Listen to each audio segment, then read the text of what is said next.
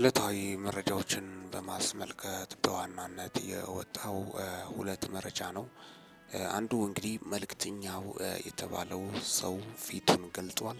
እውነት መልእክተኛው ነው ወይስ አይደለም በሚሉ ዙሪያ በርካቶች ጥያቄያቸውን ሲያነሱ፣ ፊቱን ለማሳየት ደግሞ ምንድነው ምክንያቱ? በምን ምክንያትስ ፊቱን ሊገልጥ ቻለ?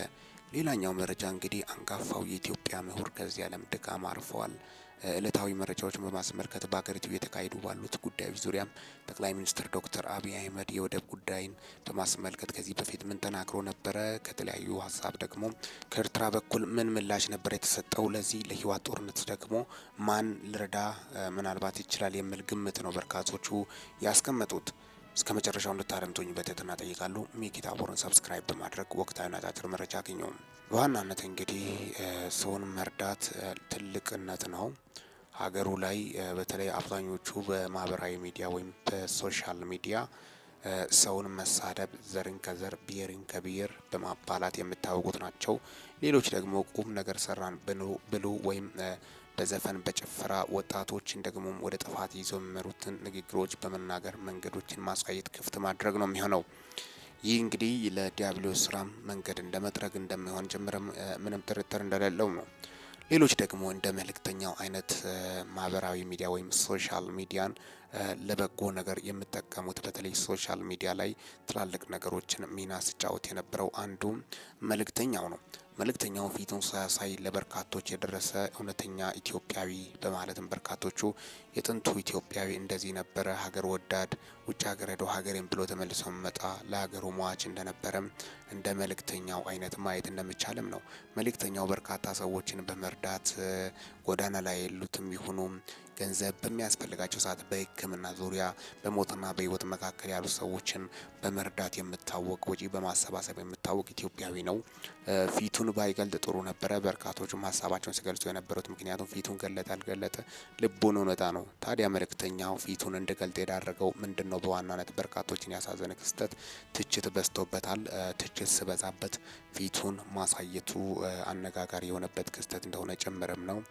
እንግዲህ ይህ በተለይ በጣም በሚያሳዝን ሁኔታ እኛ ሁላችንም ረዳን የምንል ከሆነ ለምን በዚህ ደረጃ ፊቱን እንዲያሳይና ማህበራዊ ሚዲያ ላይ መውጣቱ አስፈለገ? ለምን ሰውን ማሸማቀቅ አስፈለገ? ነገ ሰው በበጎ ስራ ይመጣል ወይ? ወጣቶች አሁን ከዚህ በኋላ እንዳው መልካም አመለካከት ያላቸው በበጎ ስራዎቻቸው ይከሰታሉ ወይ? በጎ ስራዎችን ለመስራት ይነሳሳሉ ወይ የሚለው ነገር ቅሬታ አይፈጥርም ወይ? ምክንያቱም ይህ ግለሰብ እንግዲህ ፊቱን ቢያሳይ ባያሳይ ምንድነው ለውጡ? በርካቶቹም እየገለጹ ያሉት በተለይ ፊቱን ሸፍኖ በረዳ ጥሩ ነበረ፣ ለ5 ዓመታት ፊቱን ደብቋል፣ ፊቱን አሳየ በማለትም በርካቶቹ ብልም እንግዲህ እሱ እያለው ሲመሰገን በጓዳ ትችት ስመጣ ደግሞ ፊትን ማሳየት ግድ ስለምለኝ ነው በማለትም ነው ምላሽ የሰጠው። እንግዲህ ሰሞኑን ባላደራው ላይ የተነሳው ማዕበልም ከባድ ነበረ። በሱ ስም በማስመሰል ማጭበርበር እንደተፈጸመ ጭምርም ባላደራው መጥቶ ራሱ እንዳልሆነ ጭምርም ደግሞም እሳቸውን ሽማግሌውን ለመርዳት የሄደው መጀመሪያ መልእክተኛ ነበር። በኋላ በመሀል የተፈጠረ ክስተት እንደነበረና አንዱ ገብቼ በባላደራው ስም እንደዘረፈ ወይም በመልእክተኛም ስም እንደዘረፈ በማለትም በርካቶቹ ሚዲያ ላይ ፍቼ ከሚባል ስፍራ የወጡት መረጃዎችም ያጋሩትም ነበር። እንግዲህ አጠቃላይ ይህን በማስመልከትም እጅግ አሳዛኝና ልብ ሰባሪ ክስተትን በማስመልከትም ነው እንግዲህ ይህ እነዚህ ሰዎች ባላረጉት ነገር ስማቸው ተነሳ በማለትም ከፊሎቹ ሀሳባቸውን ሲያጋሩም የተስተዋሉበት ሁኔታም ነው የተፈጠረው ማለትም ነው። ሌላኛው እንግዲህ ኢትዮጵያ አንጋፋ ምሁር ወይም ባለውለታዋን በሞት አጥታለች። እጅግ አሳዛኝና ልብ ሰባሪ መረጃ ተሰምቷል። ኢትዮጵያ በታሪኳ ታላቅ ምሁር ለሀገሯ ሟች የሆነውን ምሁር የታሪክ ጸሐፊ የሆነው ሰው ህይወታቸው አልፈዋል። እኚህ ሰው ማን ናቸው? የኢትዮጵያ ታሪክ አባት በመባል የምታወቁት አንጋፋ የታሪክ ምሁርና ተመራማሪ የነበሩት ፕሮፌሰር ላጲሶ ጌደለቦ በሕክምና ሲረዱ ቆይተው ጥቅምት 30 ቀን 2018 ዓ.ም ከቀኑ 9 ሰዓት ላይ በተወለዱ 87 ዓመታቸው ከዚህ ዓለም ድካም አርፈዋል። ፕሮፌሰር ላጲሶ በህይወት በነበሩበት ዘመን ለሀገራችን ኢትዮጵያ እንዲሁም በአፍሪካ የታሪክ ጥናትና ምርምር ሲያካሂዱ የነበሩ ሲሆን በዚህም ረገድ የተለያዩ ታሪክ መጽሐፎችን ጽፈው ያሳተሙና በዘርፉ አንቱታን ያገኙ ታላቅ ምሁር ነበሩ።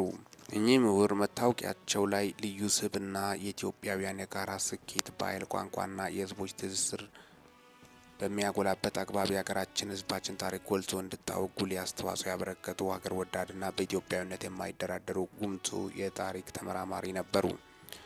አጠቃላይ እንግዲህ እኚህ ሰው ናቸው። ህይወታቸው ያለፈው በርካታ ኢትዮጵያኖችን ያሳዘነ ክስተትም ነው የተሰማው ማለትም ነው። ሌላው እንግዲህ በኩላሊት ማዕከል ላይ ዋና ዳይሬክተር የነበሩት ወይም ኃላፊ እንደ በማገልገል የሆኑት ባለሙያ ህልፈታቸውም ዛሬ ተሰምቷል። እጅግ አሳዛኝና በርካቶችን ልብ የሰበረ ክስተትም ሆኗል። በተመሳሳይ ቀናት ላይ ኢትዮጵያ ታላላቅ ሰዎችን በሞት እንዳጣች ጭምርም ነው የወጡት መረጃዎችን በማስመልከት ለእናንተ አጠቃላይ እንግዲህ ዕለታዊ መረጃዎችን።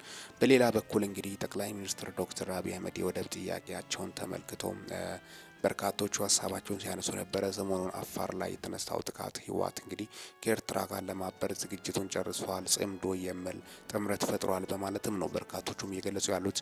አንዳንድ ኃይሎችም በተለይ ወደ ህወሓት ሲቀላቀሉ ተሰምተዋል በማለት በተለይ ከፋኖ አንዳንዶቹ መግለጫ ሰጥተዋል የሚል መረጃዎችን ቢወጡም እስካሁን ድረስ የተጨበጠ ነገር እንደሌለም ነው። ግን ህወሓትና ኤርትራ ጽምዶ የሚል ጥምረት መፍጠራቸው የምታወስም ነው።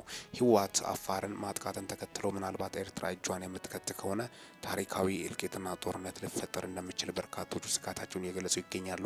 ባለፈው እንግዲህ እንደምታወቀው ህወሓት ምሽግ ላይ ጦር መሳሪያዎችን ቆፍሮ ከደበቀበት ሲያወጣ ነበረ። 6 ቀበሌዎችን ተቆጣጥሮ ሁለቱን ለቆ ወጥቷል። ዶክተር ደብረጽዮንና የነ ሞንጆሪኖ ቡድን ፍጻሜያቸው ምን ይሁን በማለትም ነው በርካቶቹ ሀሳባቸውን የገለጹ ያሉት። የትግራይ ህዝብ ግማሽ ጦርነት አንፈልግም ብሏል፣ አሻፈረን ብሏል። ከመቶ ምናምን ሚሊዮን ሰው ጋር ወርቅ በማውጣት በብዙ ቢሊዮን ዶላሮች ካሸሻችሁ በኋላ አጋጭታችሁናል በማለትም የትግራይ ተወላጆች ቁጣቸውን ሲገልጹም የተስተዋለበት ሁኔታም ነው የተሰማው። እጅግ አሳዛኝና ያን በማስመልከትም ለሁለት መከፈላቸው የአደባባይ መረጃዎች ናቸው። ይህ የእርስ በርስ እልቂት እስከ መቼ በማለት ነው በርካቶቹም ሀሳባቸውን እያጋሩ ያሉት። ጦርነት ከምን ጊዜውም በላይ ለኢትዮጵያ አያስፈልግም። ሰላምና መነጋገር መወያየት እንጂ የሚሻለው። ስለዚህ ነገ የትግራይ ህዝብ ጥያቄ ይፈታል ወይ? በጣም ርቦታል የትግራይ ተወላጅ። በርካቶቹ የዳቦ ጥያቄ ያለባቸው እጅግ አሳዛኝና ፈታኝ ውጣ ውረድ ውስጥ ነው። ትግራይ እንደዚህ አይነት ፈተና ገጥሟት እንደማያውቅ ጭምርም ነው። በጣም ልብ የሚሰብር ክስተት ነው። ስለዚህ ጦርነት አያስፈልግም። የትግራይ ወጣት መንቃት አለበት። የእነሱ አሁንም የጦር መሳሪያ መጫወቻ ለምንድን ነው የሚሆነው? ወጣቱ ለምንድን ነው በማያውቀው ጦርነት ውስጥ የምትሳተፈው? ቆሞ አያስተውልም ወይ? ልጆቻቸው ህይወታቸውን ለምኖሩ እነሱ ለምንድን ነው ሄደው ጦርነት ገጥሞ እርስ በርስ እየተዋጉ እየተላለቁ የሚገኙት? ማለት በርካታ ቁጥር ያላቸው ኢትዮጵያኖች ሀሳባቸውን ሲያነሱም ነበረ። በጣም በሚያሳዝን ሁኔታ ይህ ደግሞ ግማሽ ትግሬ አሁን አብዛኛው የነቃና ወደ ጦርነት መግባት እንደማይፈልግ ጭምርም ነው። አጠቃላይ ያን በማስመልከትም ነገሮችን በውይይትና በመነጋገር መፍታት እንጂ አሁንም የአፈሙዝ ነገር የባሰ እልቂት፣ የባሰ እልህ፣ የባሰ በቀል፣ የባሰ ጥላቻ፣ የባሰ ቂም ይዞ እንደመጣ ጭምርም በርካቶቹም ሀሳባቸውን ሲገልጹም ተስተውሏል ማለትም ነው። አጠቃላይ ዕለታዊ መረጃዎችን በማስመልከት ለእናንተ ይዘንላችሁ የመጣ ነው። የደረሱን መረጃዎችን በማስመልከትም ነው። ሊደመጡ የሚገቡ ወሳኝ መረጃዎችን በማስመልከትም ነው ለእናንተ ይዤላችሁ የመጣሁት። እስካሁን ድረስ አጠቃላይ አብሬያችሁ የቆየሁት ሚኪ ነኝ ከሚኪታ ቦር። ለዚህ ቁም ነገር አዘል ቻናል አዲስ ከሆናችሁ ሰብስክራይብ በማድረግ ቤተሰብ ይሁኑ። በዚህ ቻናል በዋናነት የምተላለፉት ወቅታዊና ታማኝ እንዲሁም ሚዛናዊ መረጃዎች ስለሆኑ ሰብስክራይብ ስታደርጉ ደወል ምልክቷን ወይም ኖቲፊኬሽን ቤሏን ክፍት ያድርጉ። ያን ሲያደርጉ ደግሞ የሚለቀቁት መረጃዎች ለእናንተ ይደርሳሉ። ይህንን ቪዲዮ ላይክ፣ ሸርና ኮመንት በማድረግም ላልሰሙት እንደዳረሰ ያደርጉ። ለእሳታት ያሉኝ መረጃዎችን ይመስላሉ። በወቅታዊና አጫጭር መረጃ እስከምንገናኝ ድረስ በያላችሁበት ዓለም